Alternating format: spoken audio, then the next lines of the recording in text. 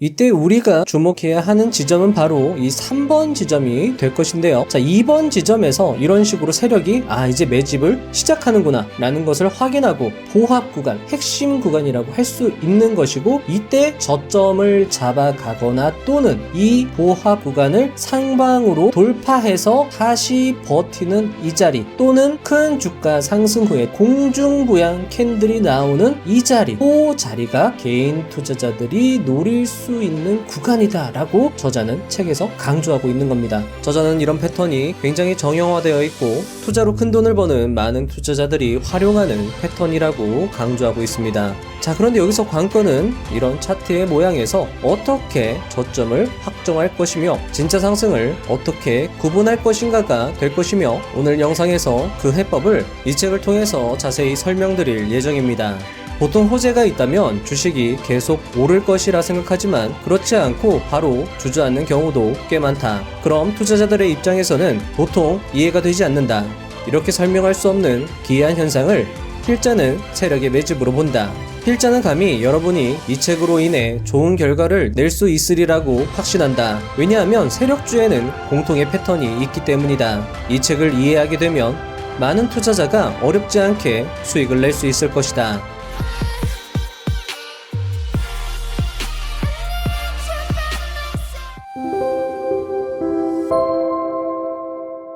이 책의 이름은 세력주 매매 공식입니다. 우리는 이 책에 주목할 필요가 있습니다. 왜냐하면 이 책은 주식 투자로 크게 돈을 번 투자자들의 투자 공통점을 종합적으로 잘 기술하고 있기 때문입니다. 28살에 620억을 번 시간여행TV, 500만원으로 500억을 번 배진한 투자자, 60억 자산가, 강한국 투자자의 투자 스타일을 정리하면, 첫째, 소형주 투자를 선호한다. 둘째, 꾸준한 매출과 이익을 내고 있는 기업에 투자한다. 셋째, 재료가 있어 상승할 수 있는 여력이 있는 기업에 투자한다 입니다. 그리고 위 세 투자자의 공통점은 올라갈 확률이 높은 주식을 미리 선취매한다는 특징이 있습니다. 그리고 주식 투자로 200억을 번 김영준 투자자, 개인 투자의 전설 남석관 투자자, 월 10억 번 천상계 단타 투자자 등의 투자 스타일을 정리하면, 첫째, 세력의 매집 흔적이 있는 종목 중 장대 양봉을 뽑은 신고가 종목을 대상으로 한다. 둘째, 망할 위험이 없는 재무 건전성이 우수한 종목을 대상으로 한다. 셋째, 이동평균선을 매수에 적극 활용한다 가 될 수 있을 것입니다. 그리고 위 투자자들의 공통점은 추세 상승의 초입에서 강력히 매수하여 단기간에 큰 수익을 낸다는 특징이 있습니다. 그리고 이 책은 상승 여력이 큰 종목을 선취매하는 방법과 추세 상승을 시작하려는 종목을 잡아가는 방법을 종합적으로 잘 설명하고 있습니다. 물론 이 책 한 권을 읽는다고 바로 몇백억의 자산가가 되진 않을 것입니다. 하지만 많은 부자들이 주식 투자로 빠르게 부를 이룬 방법을 이 책을 통해 공부하고 연구한 후 실전 투자로 경험을 쌓는다면 여러분들이라고 못할 이유는 없을 것입니다. 어떤 영역에서든 공통된 성공 방법이 존재합니다. 우리는 학창시절 그런 것들을 족보라 불렀으며 족보를 구하기 위해서 많은 노력을 하였습니다. 그리고 이 책은 주식 투자 족보 중 하나라고 하기에 충분할 것입니다. 따라서 저는 여러분들이 이 책을 매수하여 꼼꼼히 읽어보실 것을 추천드립니다. 이 책을 읽고 시장을 바라본다면 예전에 보이지 않았던, 그리고 이해되지 않았던 주가의 움직임이 이해가 되실 것이고 선명히 보이게 될 것이라 생각됩니다. 우리는 소액의 종잣돈을 크게 불리기 위해 이 시장에 참여하였습니다. 그 길은 험할지라도 우리에겐 책이 있고 노력할 수 있는 시간이 있고 항상 열리는 주식시장이 있습니다. 여러분들도 분명 할 수 있습니다. 이 책과 오늘 영상이 여러분들의 투자 실력과 수익 향상에 도움이 되었으면 합니다. 영상 시작해 보도록 하겠습니다.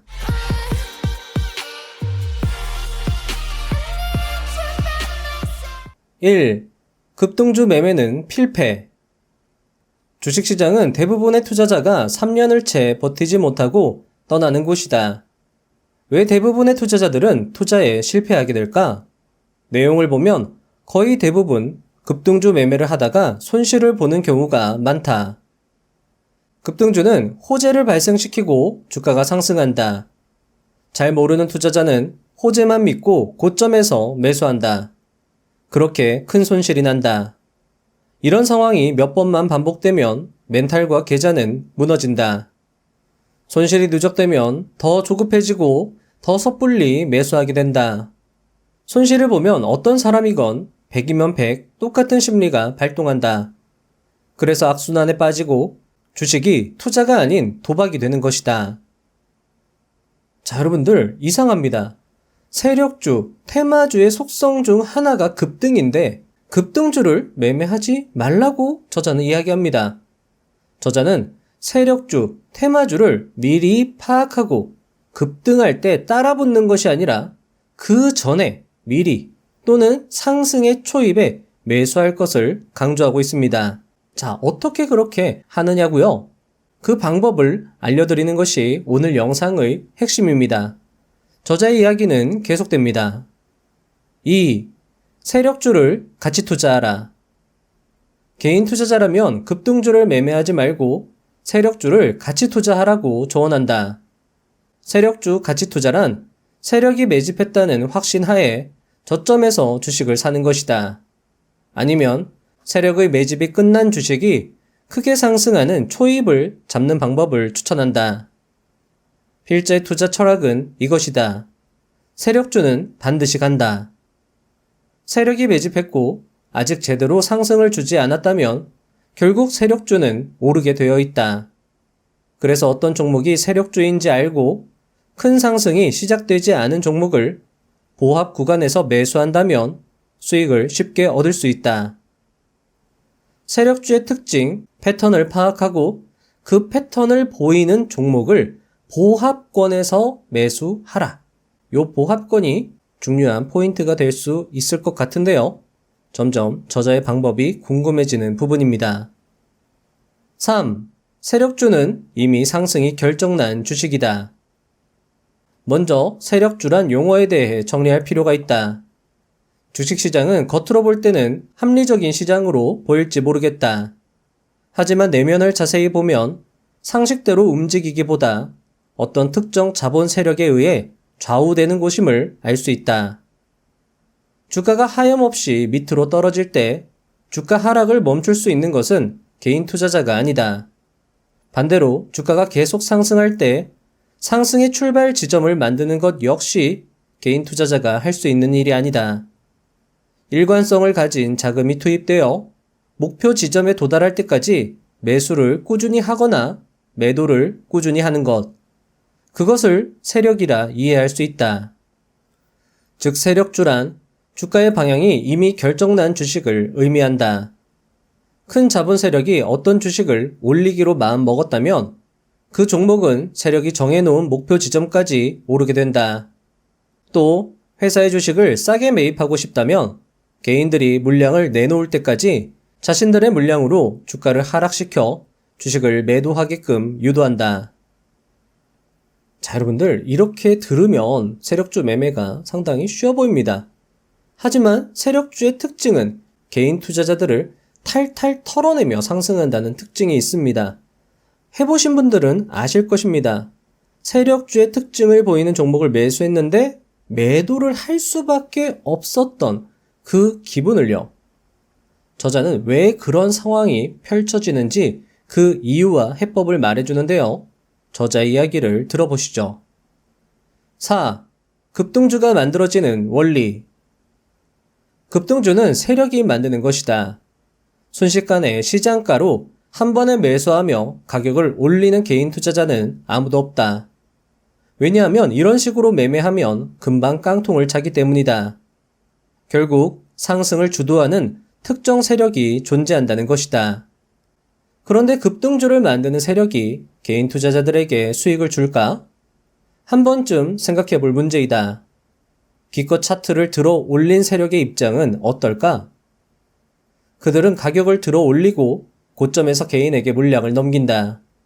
그리고 다시 그들이 계획한 지점에서 가격을 멈춘 후 다시 가격을 들어 올리고 개인에게 물량을 넘긴다.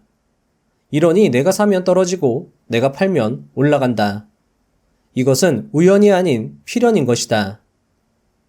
이런 필연적 상황을 바보같이 정면으로 맞이해서는 안 된다. 쉽게 말해 급등주에 올라타서 쉽게 수익을 볼 생각을 하면 안 된다는 말이다.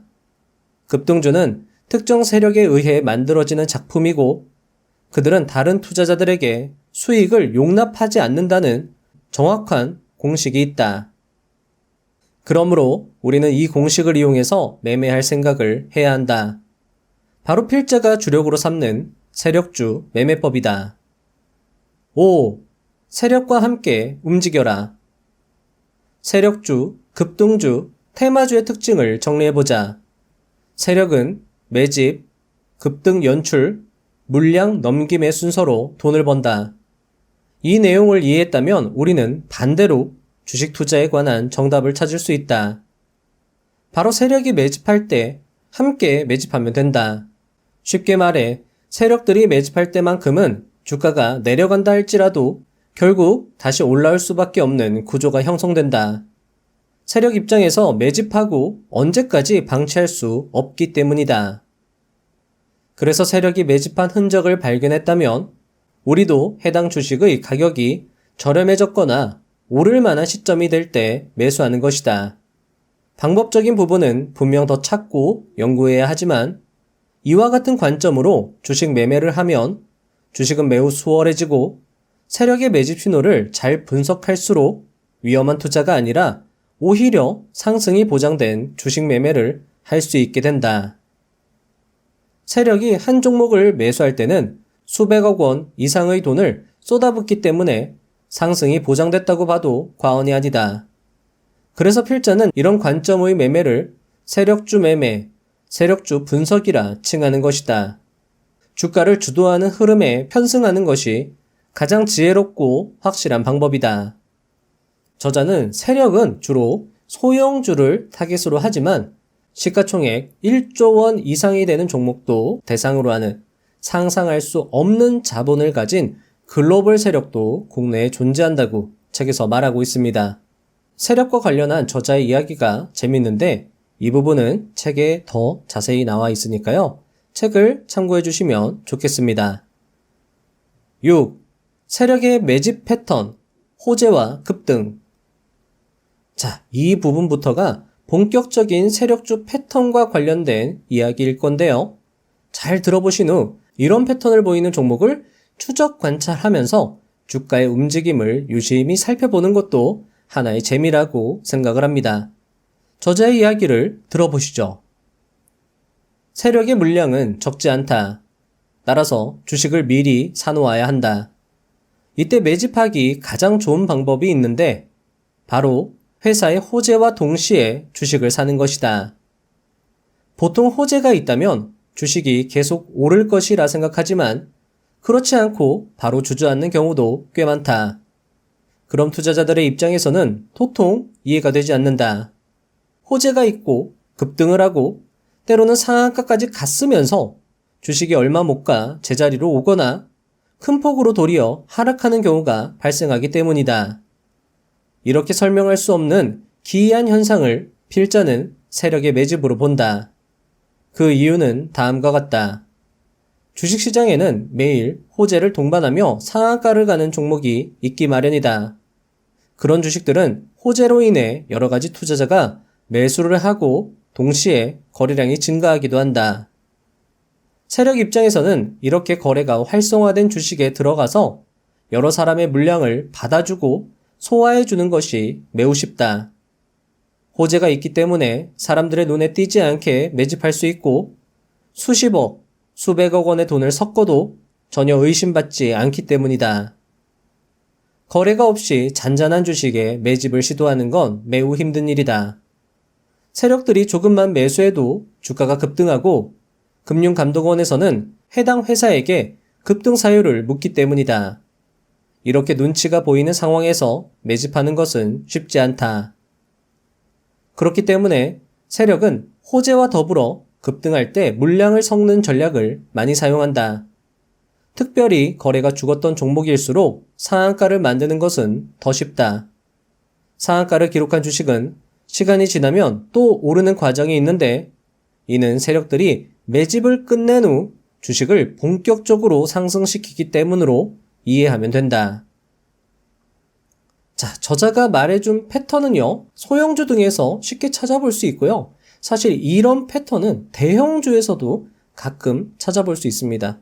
대형주나 소형주나 이런 패턴을 보이는 종목들은 굉장히 크게 상승하는 특징이 있다라는 걸 여러분들도 알아채실 수 있을 건데요. 자, 이런 식으로 거래량이 거의 없는 시장 소외 종목을 세력들은 대상으로 한다라는 겁니다. 그러면서 이 구간에서 악재와 호재를 만들면서 거래량을 만들고 급등락을 연출하면서 매집을 시작한다라는 거죠. 그리고 주가를 관리하면서 다시 한번 매집을 시도합니다. 이때 매집봉과 대량 거래량을 확인할 수 있습니다. 자, 보시면 거래량이 거의 없던 종목이 갑자기 거래량이 터지고요. 이 중간 지점에서도 이런 지점에서 볼 수 없었던 거래량이 터지는 걸 확인할 수 있습니다. 그리고 나서 호재와 대량 거래량을 터뜨리면서 주가는 크게 급등을 하는 것이죠. 그리고 이 지점에서 개인들한테 물량을 넘기면서 세력들은 퇴장을 하는 것입니다. 이때 우리가 주목해야 하는 지점은 바로 이 3번 지점이 될 것인데요. 자, 2번 지점에서 이런 식으로 세력이 이제 매집을 시작하는구나 라는 것을 확인하고 3번 지점에서 주가가 이평선들이 밀집하면서 옆으로 횡보하는 구간을 확인할 수 있는데요. 3번 지점의 이 구간을 확대해보면 다음과 같습니다. 자, 이렇게 보면 굉장히 위아래로 흔들림이 심한 것 같이 보이지만은 시계열을 옆으로 늘리면 이때는 가격이 옆으로 잔잔하게 흘러가는 걸 확인할 수 있다는 거죠. 이평선들이 밀집하고 캔들이 밀집하는 이 구간이 저자가 말하는 보합 구간, 핵심 구간이라고 할 수 있는 것이고, 이때 저점을 잡아가거나 또는 이 보합 구간을 상방으로 돌파해서 다시 버티는 이 자리, 또는 큰 주가 상승 후에 뒤에 또 나올 겁니다. 공중부양 캔들이 나오는 이 자리, 요 자리가 개인 투자자들이 노릴 수 있는 구간이다라고 저자는 책에서 강조하고 있는 겁니다. 자, 그러니까 이런 자리 또는 이런 자리에서 함부로 급등이 나왔다라고 해서 매수할 게 아니라 요 자리에서 매수를 해야지 굉장히 확률 높은 투자를 할 수 있다라는 겁니다. 자, 뒤에서 저자는요, 이 보합 구간에 대해서 더 자세하게 이야기를 하고 있는데요. 자, 간략하게 지금 말씀을 드리면 세력이 매집을 어느 정도 마치고 본격적으로 가격을 들어 올리기 위해서 준비하는 과정이 바로 이 보합 구간이라고 저자는 이야기를 하고 있습니다. 자, 여러분들 어떠신가요? 저자의 이야기를 들어보니 주식시장이 어떻게 흘러가는지 이해가 되실까요? 자, 저자 이야기는 계속됩니다. 7. 세력의 매집 패턴, 장기 이평선 수렴. 세력들은 주식이 높아진 가격에서 매집하지 않는다. 높아진 가격이란 보합을 주던 움직임에서 최소 2배에서 3배 이상 오른 시점을 말한다. 보합에서의 움직임은 무엇인가? 장기 이동평균선인 121선을 활용해서 차트를 살펴보면 된다. 120일 동안 장기 이평선의 움직임과 주식 가격이 비슷한 흐름으로 모여간다면 해당 주식은 긴 시간 동안 누구도 사지 않고 팔지도 않는 상태로 유지됐다고 보면 된다. 누가 사지도 팔지도 않기 때문에 수렴 단계에 도달하게 된 것이다. 이렇게 종목이 주식시장에서 소외될 때 세력들이 매집한다고 생각하면 된다. 따라서 1년 이상 큰 시세 변동 없이 장기 이평선과 수렴 단계에서 급등하는 주식을 관찰하고 모아가야 한다. 그 주식이 세력들이 매집하고 준비하는 주식이기 때문이다. 저자가 말하는 세력주 패턴을 보이는 종목은 주변에서 쉽게 찾아볼 수 있습니다. 여러분들이 조금 발품을 팔아서 상한가 나온 종목들을 쭉 한번 관찰해 보세요. 주가 등락률 상위 20위 내에 있는 종목들을 쭉 관찰하다 보면 이런 종목들을 여러분들이 쉽게 찾아볼 수 있다라는 겁니다. 그리고 일단 급등을 만들어내면서 주가를 올린 후에 바로 주가를 떨어뜨립니다. 이 과정에서 세력은 개인 투자자들의 물량을 자연스럽게 받아낼 수 있다라는 거죠. 하지만 개인 투자자들의 투매가 적어지는 구간이 발생하게 됩니다. 물량을 충분히 확보하지 못했다면 다시 급등을 만들고 흔들면서 개인 투자자들의 물량을 모아가겠죠. 하지만 전과는 다르게 지지선이 깨지지 않으면서 급등락이 연출되는 그 구간을 확인할 수 있다는 겁니다. 그런데 이 구간이요, 어떻게 보면 너무나도 쉽고 당연하게 보이지만 실제로 해당 종목을 보유한 사람들은요, 이 구간에서 굉장히 괴롭다라는 거죠. 왜냐하면 저점에서 매수를 했다라고 생각을 했어도 지지선을 또 깨버리는 거예요. 그러면서 세력들은 개인 투자자들을 어떻게든 털어내려고, 물량을 어떻게든 최대한 확보하려고 노력을 한다라는 겁니다. 올렸다가 내렸다가 올렸다가 내렸다가. 자, 그리고 이렇게 박스권에서 털고 올리는 작업이 상당 기간 지속이 된다라는 겁니다. 해당 작업이 약 3개월에서 1년 동안도 지속이 될 수 있는데, 이때 개인 투자자들이 당해낼 재간이 있을까요? 당연히 털고 나가는 게 당연합니다. 그러면서 세력들은 물량을 충분하게 매수를 할 수 있는 것이죠. 그래서 실전 투자 고수들은요, 이 보합 구간에서 버티기가 너무 힘드니까 차라리 해당 박스권, 보합 박스권을 상단으로 강력히 돌파하는 자리를 노리라고 이야기를 하기도 하는 것입니다. 어떤 방법이든 여러분들의 상황에 맞도록 전략을 구상하는 것이 좋을 것입니다. 세력 매집 구간에서 작은 물량으로 들어가서 세력의 매집을 확인하고, 그러니까 여러분들이 작은 물량으로 들어가서 내가 멀미를 느낀다, 팔고 싶다, 너무 위아래로 변동성이 심하다라고 하면, 이거 세력이 지금 현재 작업을 하고 있구나, 매집을 하고 있구나 라고 생각을 해주시고요. 너무 큰 물량으로 들어가면 여러분들 못 버틸 확률이 높습니다. 작은 물량으로 들어가서 세력의 매집을 확인하시고 돌파하는 자리에서 강력히 세력과 함께 매수를 하는 전략, 그리고 되돌림 될 때 추가로 매수하는 전략, 그 전략이 조금 더 유효할 것으로 보이기도 합니다. 8. 특히 소형주. 특별히 소형 주식에서 이런 일이 많이 일어난다. 세력들이 매집하기 좋은 주식은 보통 시가총액 1,000억에서 3,000억 원의 코스닥 주식이다. 주식시장에서 너무 유명해진 주식은 사람들이 어떤 회사이고 어떻게 매출을 내는지 잘 알기 때문에 기대감을 주기 어렵다. 하지만 인지도가 낮고 별로 유명하지 않은 소형 주식은 회사가 성장할 것이라는 기대감을 주며 주식시장에 혜성같이 등장하는 효과로 주가가 더 크게 오르게 된다. 투자자들은 언제나 새롭고 기대감이 있는 주식을 찾기 마련이다. 그런 주식은 대형주에는 없고 시가총액이 상대적으로 낮은 소형 주식에 많이 포진되어 있다. 평소에 들어보지도 못한 회사의 이름을 가진 주식들이 크게 오르는 법이다. 세력의 매집 패턴을 볼 때 전혀 들어보지 못한 회사라면 99% 세력이 작업을 진행 중이라고 생각하면 된다. 9. 121선 급등락과 상한가를 눈여겨보라. 121선과 함께 움직이는 범위 안에서 급등이 나오는 것을 주목해야 한다. 단순히 장기 이평선과 함께 주가가 움직인다는 것은 긴 시간 동안 위로도 아래로도 크게 움직이지 않고 가격이 120선 범위 안에 머물렀음을 의미한다. 방향을 잡고 흐르지 않는 주식은 결국 누군가 가격을 관리한다는 뜻이고, 그 중간마다 20% 이상의 급등봉이 만들어지며 그때마다 세력이 거래량을 동반하여 매집한 거라고 생각하면 된다. 매집 때는 되도록 상한가가 자주 나오면 좋다. 그만큼 호재를 잘 동반하고 호재와 함께 주식을 밀어 올리는 힘이 있음을 증명하기 때문이다. 이는 세력들이 상한가를 보낼 만큼 자금 여력이 많다는 것을 의미하기도 한다. 그래서 필자 역시 상한가가 자주 나오는 종목을 선호한다. 자, 여러분들 요 구간이 요렇게 보면은요, 굉장히 옆으로 횡보한 것, 잔잔하게 횡보한 것처럼 보이잖아요. 그런데 요거를 확대해서 보면은 이 구간 역시 위아래로 굉장히 변동성이 심하다라는 거죠. 거의 20% 올렸다가 빠뜨리고, 요런 매집봉들 하나가 20%나 10%까지 들어 올렸다가 빠뜨리고 들어 올렸다가 빠뜨리고 이런 작업을 거치는 과정이다라는 거죠. 그러니까 저자는 121선, 여기에서는 지금 초록색 선이 151선인데요. 크게 차이는 없을 겁니다.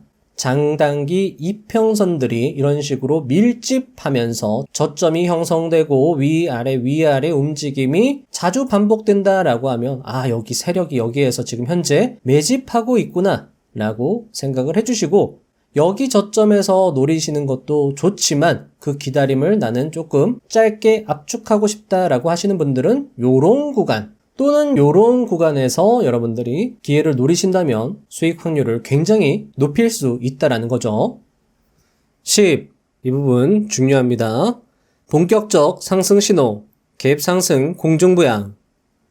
지금까지 이야기는 세력의 매집 패턴과 저점에서 잡아가는 방법에 대한 이야기였다면, 지금부터는 세력이 어떤 식으로 급등을 유발하는지, 그리고 그 초입에서 어떻게 잡아가는지를 설명을 하는데요. 이 부분 역시 여러분들에게 많은 도움이 될 것이라 생각합니다. 세력이 매집을 마친 뒤 본격적으로 상승시킬 때는 몇 가지 공통된 패턴이 있다. 그중 하나가 갭상승 공중부양 패턴이다. 세력이 주가를 상승시키려면 결국 저항 매물들을 돌파해야 한다는 한계가 있다. 차트를 보면 저항대에는 항상 거래량이 발생하므로 그를 뚫으려면 확실한 상승이 필요하다.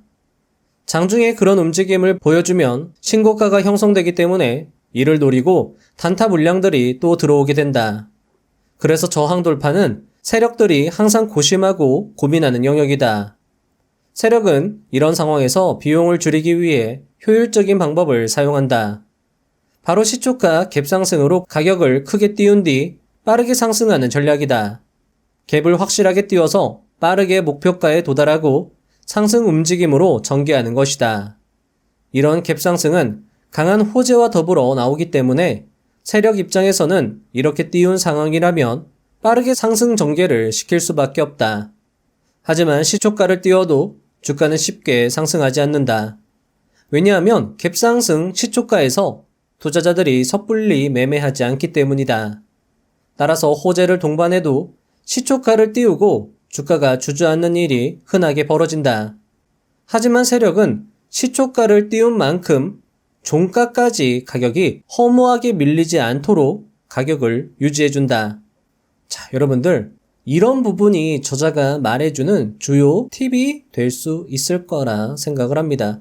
세력이 힘들여서 어쨌든 시초가를 띄우기 위해서는 돈을 투자해야 되는 거거든요. 그런데 그 시초가에서 허무하게 가격이 밀려버린다라고 하면 그런 노력들이 무용지물이 된다라는 거죠. 그렇기 때문에 시초가를 띄웠다라고 하면 세력들은 어느 정도 가격을 방어한다라는 겁니다. 자, 그러면 어떤 캔들이 만들어질까요? 일단 저자 이야기를 계속 들어보겠습니다. 기껏 시초가를 띄우고 다시 밀린다면 헛수고를 한 상황이기 때문이다. 그래서 차트에는 공중에 떠있는 일봉 모양이 완성된다. 필자는 이를 공중부양이라 말하는데, 이런 차트는 강한 호재와 더불어 인위적인 주가 관리가 있어야만 만들어진다. 위의 차트와 같이 주가가 오른 경우는 세력이 상승을 위한 시동을 걸었다고 보면 된다. 여기서 상승에 실패하고 못 오르는 경우도 예외적으로 존재하는데, 갭 상승을 한 당일에 저가 기준 아래로 다음날부터 하락할 경우에는 주가는 위로 못 간다고 봐야 한다. 자, 요 말도 상당히 의미가 있는 말이고, 여러분들이 투자를 하시다 보면 요런 캔들 많이 보실 수 있을 겁니다. 자, 저자가 말하는 갭 상승 공중부양 캔들 역시 급등 종목에서 쉽게 찾아볼 수 있는 캔들인데요. 자, 이것과 같이 크게 상승한 상한가까지 간 종목입니다. 상한가까지 간 다음에 요런 캔들, 공중에 이런 식으로 짧은 캔들로 도지형으로 멈춘 캔들이 발생했다라는 겁니다. 자, 윗꼬리는요, 누군가가 위에서 매도했다라는 것이고, 아랫꼬리는 누군가가 아래에서 받쳤다라는 것이죠. 그런데 윗꼬리와 아랫꼬리는 주중에 얼마든지 변동성에 의해서 만들어질 수 있는데, 가격이 이 전날 종가를 위협하지 않는 그 라인에서 멈췄다라는 게 중요한 투자 포인트라는 겁니다. 자, 그리고 나서 다시 이런 식으로 상승한다라는 거죠. 그리고 나서 어떻게 됐죠? 갭으로 띄었다라는 겁니다. 갭으로 띄우고 위에서 많은 매도 물량이 발생했다라는 거예요. 그런데 지금 밑에서 누군가가 다시 떨어지는 그 가격을 아래쪽에서 멈춰 세우고 공중에 떠 있는 공중부양 캔들을 만들었다라는 거죠. 그렇다라는 건 저자가 어떻게 설명을 했죠? 자, 이런 거는 인위적으로 주가 관리가 들어갔다라는 것이고 세력이 상승을 위해서 시동을 걸었다라고 보면 된다라고 이야기를 했습니다. 그러니까 이런 캔들이 만들어졌다라는 건 이런 상승 캔들의 신호다라고 볼 수 있는 거죠. 세력들이 본격적으로 가격을 올리기 위해서 인위적으로 이런 캔들을 만든 것이다라고 볼 수 있는 겁니다. 자, 그런데 상승 음봉 캔들이라고 하거든요. 요것을 많은 투자자들이 상승 음봉 캔들이다, 공중부양 캔들이다, 다양한 표현들이 있지만 어쨌든 윗골이 달린 음봉 캔들 만들어졌다라고 하면 저자는 이렇게 말하는 겁니다. 이 저가 라인이 지지선이 된다는 거예요. 그러니까 이 저가 라인에서 다시 반등이 날 확률이 높지만 이 지지선을 아래로 깨면 그때는 주가 상승이 조금 어렵다라고 생각하면 된다라는 겁니다. 그건 역시 어떤 세력의 습성, 패턴이라고 볼 수 있다라는 거죠. 자, 다시 한번 설명을 드리면 세력이 굳이 개입을 해서 가격을 특정 지점에서 멈춰 세웠다라고 하면 그 지점 위로 가격이 상승할 확률이 굉장히 높다라는 겁니다. 왜냐하면 세력도 그 가격 아래로 내려가면 손해를 보기 때문이죠. 만약 주가를 더 떨어뜨리고 싶었다면 굳이 가격을 멈춰 세울 일이 없었을 겁니다. 이때 생각나는 구절이 시골의사 박경철님의 강의 내용인데요. 박경철님은 하락하는 주가는 히말라야 꼭대기에서 내려오는 산사태와 같은 눈덩이와 같다고 이야기를 했습니다. 산사태와 같은 힘으로 떨어지는 주가가 멈췄다. 그것은 개인이 아닌 세력이 멈춰 세운 것이다 라고 할 수 있다라는 거죠. 자, 굳이 왜 힘들게 가격을 멈춰 세웠을까 라는 것을 생각해 보면 가격 하락을 막고 가격을 더 올리고 싶은 어떤 급한 세력들의 마음 때문일 것입니다. 의도 때문에 그렇게 캔들이 형성됐다라는 거죠. 앞에서도 말씀드렸죠. 굳이 이 가격을 올리고 싶지 않았다라고 하면 내버려 뒀을 겁니다. 내버려 두면 어떻게 되죠? 하락하는 가격은 산사태와 같이 눈사태와 같이 떨어진다. 긴 장대 음봉이 나왔을 것입니다. 하지만 그것을 특정 지점에서 멈춰 세웠다. 그것은 이 지점이 바로 지지선이 되는 것이고 이 지지선이 깨지면 그때는 가격이 더 하락할 수 있다 라고 저자는 이야기를 하고 있는 겁니다. 자, 이 차트도 마찬가지입니다. 이 차트를 보시면은요, 여기가 역사적 저항 라인입니다. 이 지점을 뚫어준다라고 하면 완전히 신고가 영역으로 넘어가는데요. 자, 보시면은 이런 식으로 세력은 미리 준비를 해 놓는다라는 거죠. 신고가 근처에서 공중부양 캔들을 만들어 놓고요. 자, 이 부분이 여러분들 장대 음봉으로 보이시겠지만 요날 세력은요, 여기까지 갭으로 띄워놓고 시작을 했습니다. 시가가 여기에서 시작을 했어요. 그러니까 갭으로 이 저항 라인을 뚫어놨다라는 거죠. 그리고 나서 하락이 있었습니다. 여기 하락도 어떻게 보면 휩소라고 볼 수 있죠. 세력들이 개인 물량 털어내려고 가격을 일부러 떨어뜨렸다가 여기에서 한 12시 정도까지 가격에 멈춤이 발생하고 오후장에 굉장히 강한 상승세가 나왔다라는 겁니다. 그리고 나서 여기에서 개인들한테 물량 넘기면서 세력들이 이탈한 거죠. 가격은 조금 더 상승했지만 이런 식으로 세력은 가격을 빠뜨렸다라는 겁니다. 그리고 나서 다시 가격을 상승시키고 하락시키고 상승시키고 하락시키고 이런 식으로 세력은 가격을 조정한다라는 거죠. 따라서 저자는 가격이 급등할 때 쫓아가지 말고 요런 지점 또는 여기서 멈춰있는 그 보합 구간을 노려라 라고 이야기를 하는 겁니다. 왜냐하면 가격을 이런 식으로 급등시킬 때 절대 개인들이 따라오지 못하게 굉장히 단기간에 빠르게 상승을 시켜버립니다. 개인들이 알아차렸을 때는 이미 가격이 높아진 상황이기 때문에 그 지점에서 더 올라갈 것 같이 보이지만 세력은 거기에서 개인들한테 물량을 넘기면서 빠져나온다라는 거죠. 그렇기 때문에 세력들의 습성을 충분히 이해하고 있다라면 이런 지점에서 함부로 쫓아가지 않을 수 있다라는 겁니다. 자, 이런 세력의 패턴을 활용하여 수익을 낸다면 여러분들도 단기간에 확률 높은 수익 거둘 수 있을 거라 생각을 합니다. 여러분들도 이런 세력의 패턴을 잘 기억해 두셨다가 여러 번 많이 활용을 해보시면 좋을 것 같습니다. 11. 자, 이것도 중요합니다. 본격적 상승 신호, 상한가 후 긴 조정, 그리고 재돌파. 자, 이 내용은요, 남석관 투자자님이 강조한 N형 패턴과도 상당히 유사한 면이 있었습니다. 그만큼 수익을 크게 내는 투자자들이 애용하는 투자 족보라고 할 수 있는 건데요. 역시 여러분들이 수익을 내는 데 있어서 중요한 내용이 될 것입니다. 함께 들어보시죠. 상한가는 세력이 매집할 때 물량을 흔들기 위해 사용하는데 상승시킬 때도 간혹 사용한다. 매물이 많이 달라붙기 때문에 상한가는 세력 입장에서 리스크가 있다. 하지만 급하게 가야 할 시점에는 가격을 높게 올리고 깊게 누른 후 다시 상승시키는 전략을 사용한다. 상한가가 발생하면 투자자들의 이목이 집중된다. 이는 투자 심리를 자극하여 많은 투자자가 해당 주식을 매수하게 된다. 이때 세력 입장에서는 이들이 다시 주식을 내놓도록 유도해야 한다. 그럴 때 상한가가 언제 갔나 싶을 정도로 주식을 밀어내는 방법을 사용한다.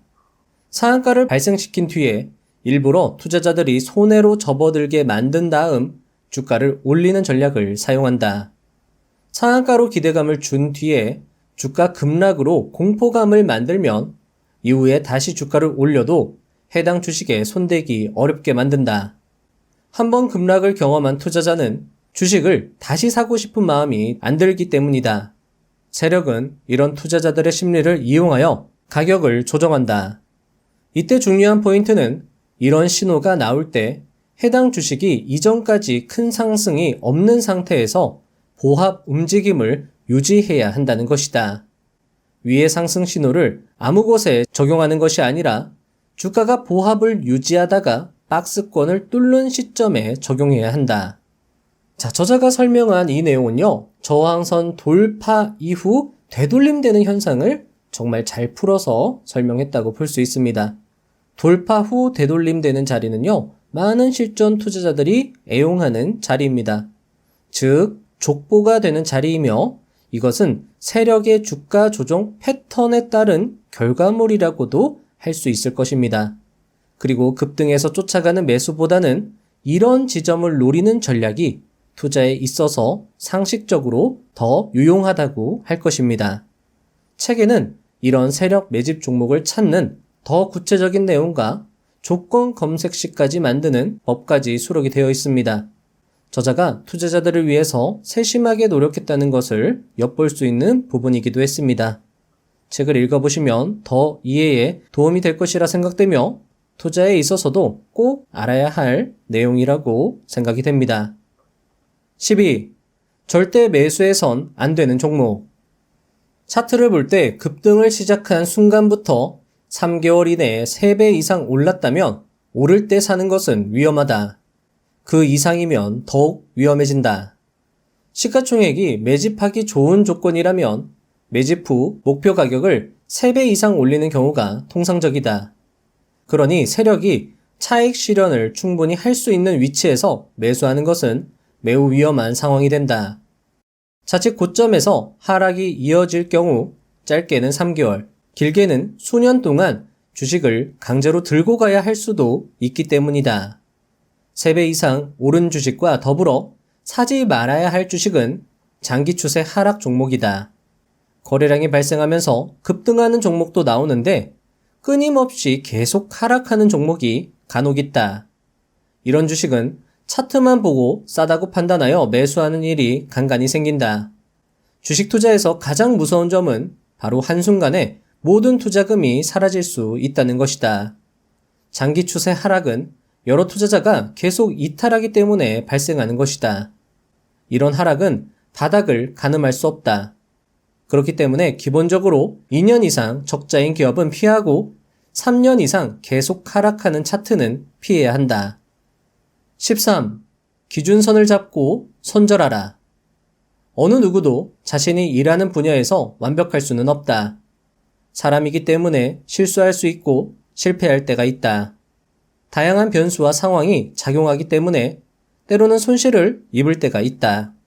그럴 때는 더 큰 손실이 이어질 가능성을 염두에 두고 기준선을 정해서 손절을 해야 한다.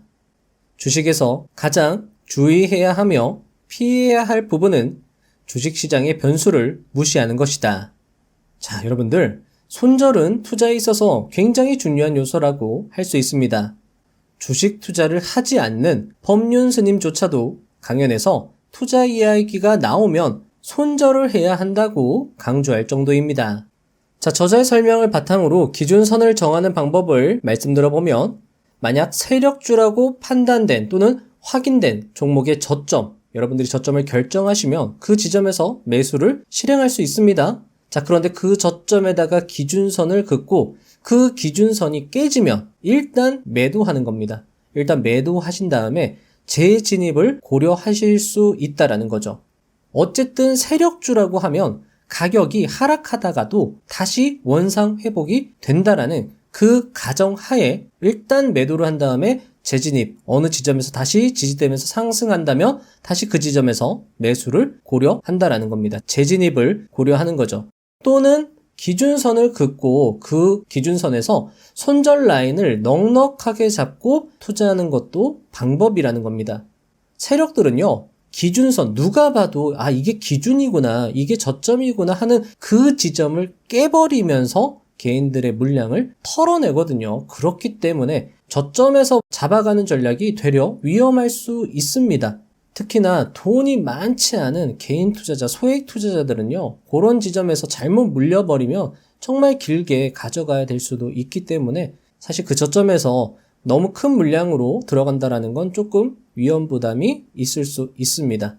따라서 작은 물량으로 들어가시고 손절 라인을 넉넉하게 잡고 일단 들어가 보시는 거죠. 들어가 보시고 상황이 이거 좀 세력주, 내가 세력주라고 판단했는데 이거 세력주 아닌 것 같아 라고 하시면 자르고 나오는 겁니다. 그렇게 여러분들이 투자를 하는 게 안전하다라는 거죠. 또는 세력이 만든 보합권의 박스권 상단을 돌파를 했어요. 그런데 그 돌파 지점을 바로 이탈했다라는 겁니다. 하방으로 이탈했다라고 하면 일단 매수 물량의 50%를 매도해서 리스크 관리를 해주는 거죠. 자, 이런 식으로 기준을 잡고 투자를 실행해야 된다는 겁니다. 왜냐하면 우리의 생각, 우리의 판단, 우리가 확인한 것들이 틀릴 수 있기 때문이죠. 자, 사실 투자를 실행한다, 매수를 한다라는 건 기본적으로 상승을 전제로 하고 있기 때문에 장밋빛 미래를 그리는 게 일반적입니다. 누구나 장밋빛 미래를 그리게 돼요. 머릿속으로 또는 감정적으로. 그리고 손실이 나면 손실을 회피하느라 제때 손절을 하지 못하고 그렇게 손실이 커지고 결국 강제 장기 보유가 되는 경우가 많다라는 거죠. 따라서 여러분들도 저자의 조언처럼 투자를 함에 있어 꼭 손절 기준선을 먼저 결정하고 투자를 실행하는 습관을 들이면 좋겠습니다. 마치명. 이 책을 읽은 독자들은 이 책을 이렇게 평가합니다. 이 책은 시장 흐름과 차트에서 세력의 의도를 파악하는 통찰력이 대단하다.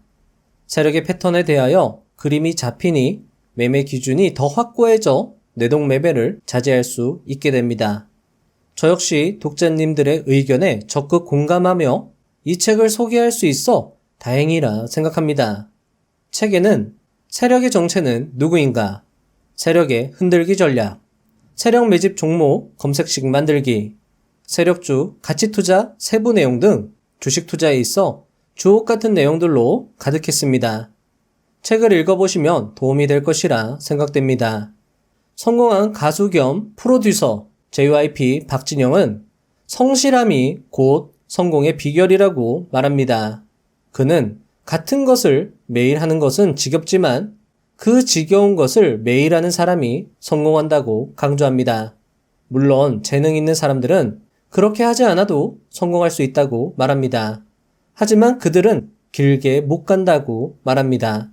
성공을 길게 유지하는 사람들은 지겨운 것을 매일 할 수 있는 성실함을 가진 사람들이라 말합니다. 그래서 실력이 뛰어난 게 중요한 게 아니라 성실하게 살아가는 그 마음이 중요하다고 말합니다.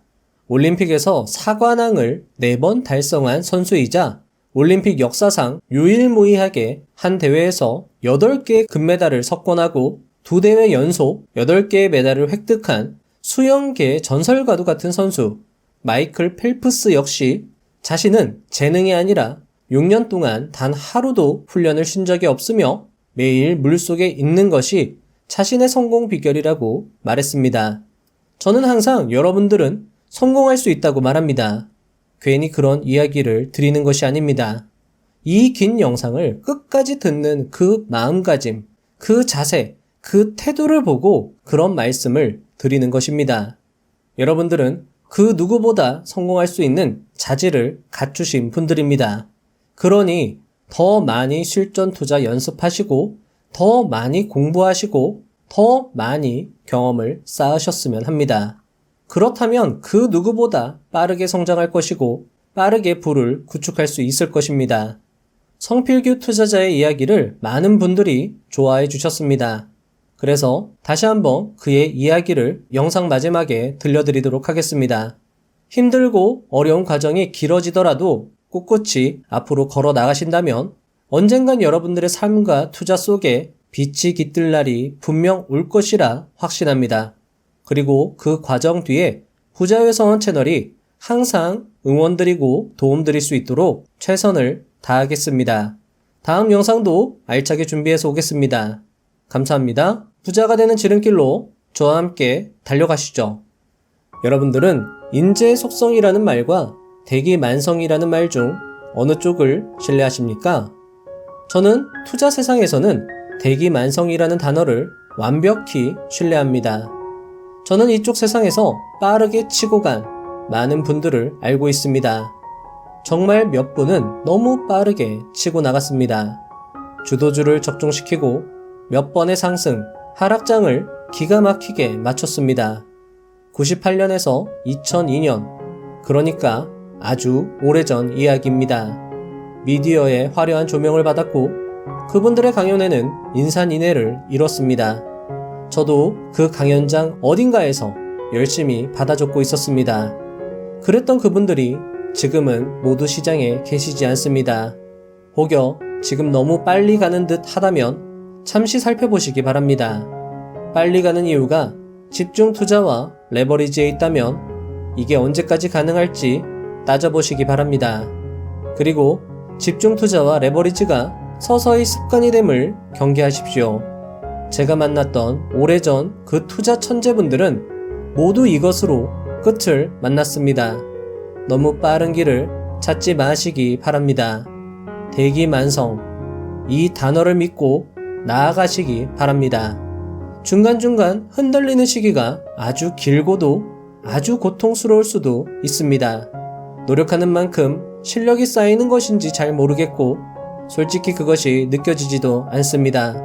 그리고 실력이 쌓인다 한들 바로 수익으로 연결되지도 않습니다. 그래서 흔들릴 수밖에 없습니다. 저도 흔들림 속에서 무수한 밤을 지새웠습니다. 흔들림은 흔들림대로 다 받아들이시고 그럼에도 앞으로 밀고 나아가시기 바랍니다. 당장에 지금 수익으로 다가오지 않지만 분명히 어딘가에 쌓이고 있습니다. 그 노력이 각자의 임기점을 넘으면 어느 순간 많이 편해질 것입니다.